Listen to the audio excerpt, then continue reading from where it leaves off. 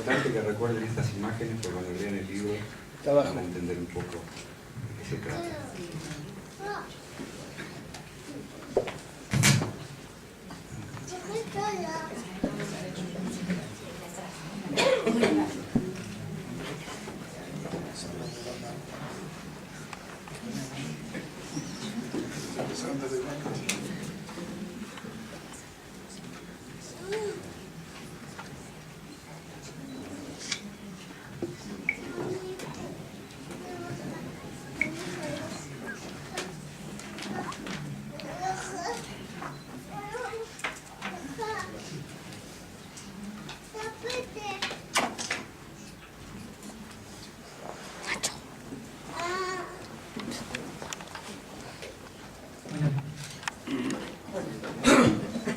Acá estamos reunidos para celebrar la aparición de El último reparto, la novela de César Amílcar Magliozzi, quien me invitó a presentarla en sociedad, y eso es lo que haré con mucho gusto. Conozco a César de no tanto tiempo, quizás, como la mayoría de ustedes, sus amigos y conocidos más cercanos, pero sí el suficiente para haberlo visto crecer como escritor aficionado. Trabajamos juntos su primer libro de poemas, Sueños sin orillas, publicado en 2013, y enseguida vinieron las menciones de honor en distintos concursos en la provincia de Buenos Aires, por sus poemas El Demócrata, Un encuentro inesperado, El amor replicado, como asimismo por su obra narrativa en cuentos y microcuentos. Esta es la primera novela que César escribe. Le advertí que la novela era un género difícil, un trabajo de largo aliento al que, en este caso, se le sumaba una trama policial. César no se amedrentó, al contrario, diría yo. Más bien, embistió contra las dificultades. Leyó, investigó, estudió, hasta llegar a nosotros con este libro, cuya tapa llama a descubrir qué hay detrás del negativo de la figura del cartero. Una forma subliminal de mostrar, como dice el mismo autor, que a partir de allí hay algo que revelar, y esa revelación será la novela. Una novela que a lo largo de 26 capítulos nos mantendrá en suspenso. De entrada, el autor nos ubica temporalmente a fines del siglo pasado, año 1993, vísperas de Navidad. Espacialmente, la acción transcurre en un pueblo agrícola donde ha ocurrido el crimen de una joven, Julia, admirada por los varones por su belleza natural y odiada por sus compañeras por la misma razón. Cuando hablamos de novela, hablamos de trama, que, como dije antes, adquiere especial significación en el género policial.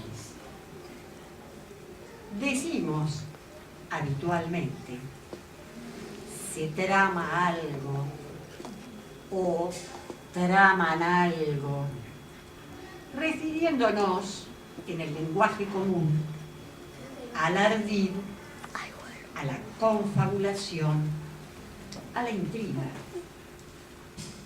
¿Será el cartero protagonista de esta historia, quien tire el hilo de la trama buscando no dejar cabos sueltos.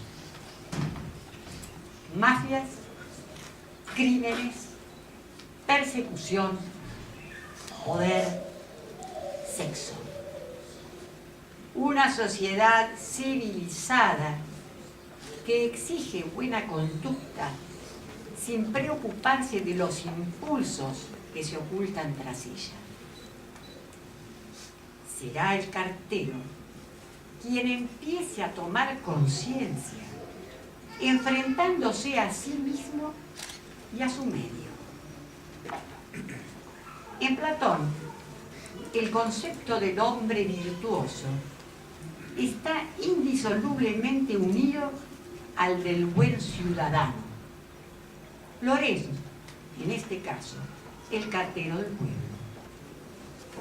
El orden de sus movimientos darán ritmo a la historia, cuyo tono oscilará entre graves y agudos. No voy a contarles la novela, porque eso le quitaría gracia a la lectura por parte de ustedes. Solo me referiré en 2 palabras al tema central abordado por el autor, en un estilo muy personal, muy Comisario Montalbano, un humor a la italiana, en un punto ingenuo. 2 palabras: buenos y malos. ¿Quién ganará? Respuesta que quedará picando en un final abierto. Gracias, César, por este libro lleno de sorpresas. No importa.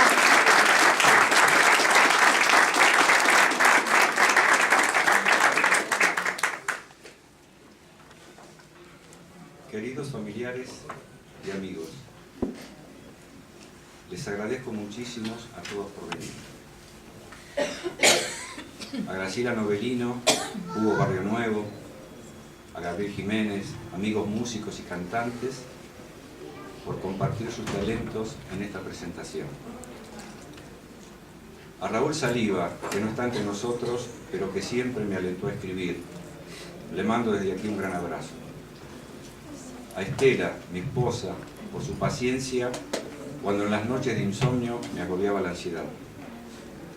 A Emiliano por el diseño de la tapa y el acompañamiento en este proyecto. A toda mi familia presente y quienes no pudieron estar.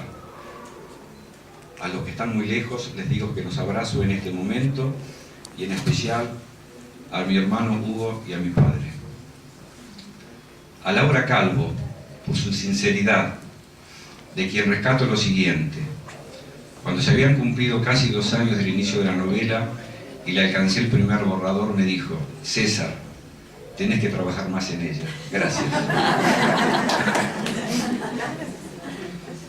A Lucy Cano, Julieta, Viviana, Estela, Emiliano, gracias por sus miradas de lectores que me han ayudado mucho.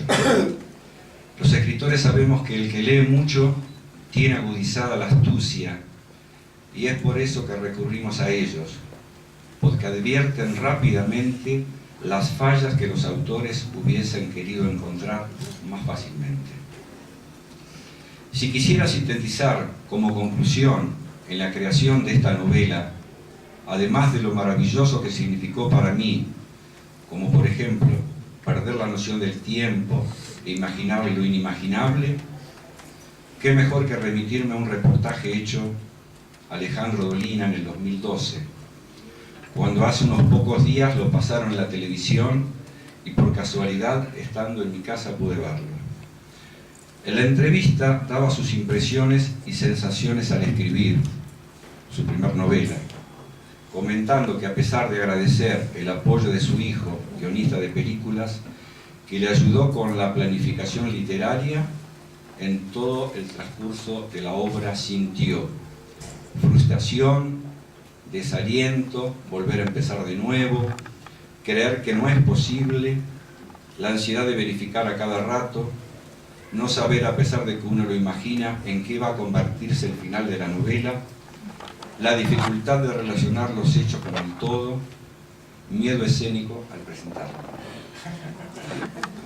Saben, en ese mismo momento que estaba mirando el programa, sentí como si yo estuviese respondiendo y que cada situación había pasado por mi cuerpo de la misma forma. Luego Dolina continuó diciendo: al terminar la obra te acechan las preguntas, como ¿qué hacer con ella? ¿Darás a conocer el trabajo realizado? ¿O la guardarás para siempre entre tantos otros escritos? Creo por mi experiencia que no hay que apresurarse, pues esas respuestas llegan el día menos imaginado. Pero lo que más me asombró de esta entrevista fue la valentía que tuvo Dolina al referirse a Borges, uno de los mayores exponentes de la literatura argentina, quien le había dejado una frase grabada en su memoria: los escritores publicamos para no perdernos la vida corrigiendo borradores. Luego aludió a sus propios miedos, excusándose al decirle al periodista: ¿sabes? Ahora que terminé me quedo en incógnita. ¿Por qué Borges no escribió ninguna novela? Por eso, sin saber aún de que este reportaje iba a llegar a mis oídos, después de terminar la novela, recordé una frase que yo había dejado plasmada: la fachada es solo una carátula. No debes juzgar a un libro por su título, pues no sabes si dentro de sus páginas encontrarás algo inimaginable. La tapa, como decía Laura, muestra al protagonista con una imagen todavía por revelar, y esa revelación será justamente para que cada lector pueda imaginar su propio final. Para mi caso particular, que soy de armar primero estructuras, aceptar que en un libro el plan es un último recurso, me hizo comprender que la vida real es espontánea, improvisada, pues nadie sabe a ciencia cierta qué le espera en su trayecto. Por ejemplo, este libro que hoy está ante nosotros.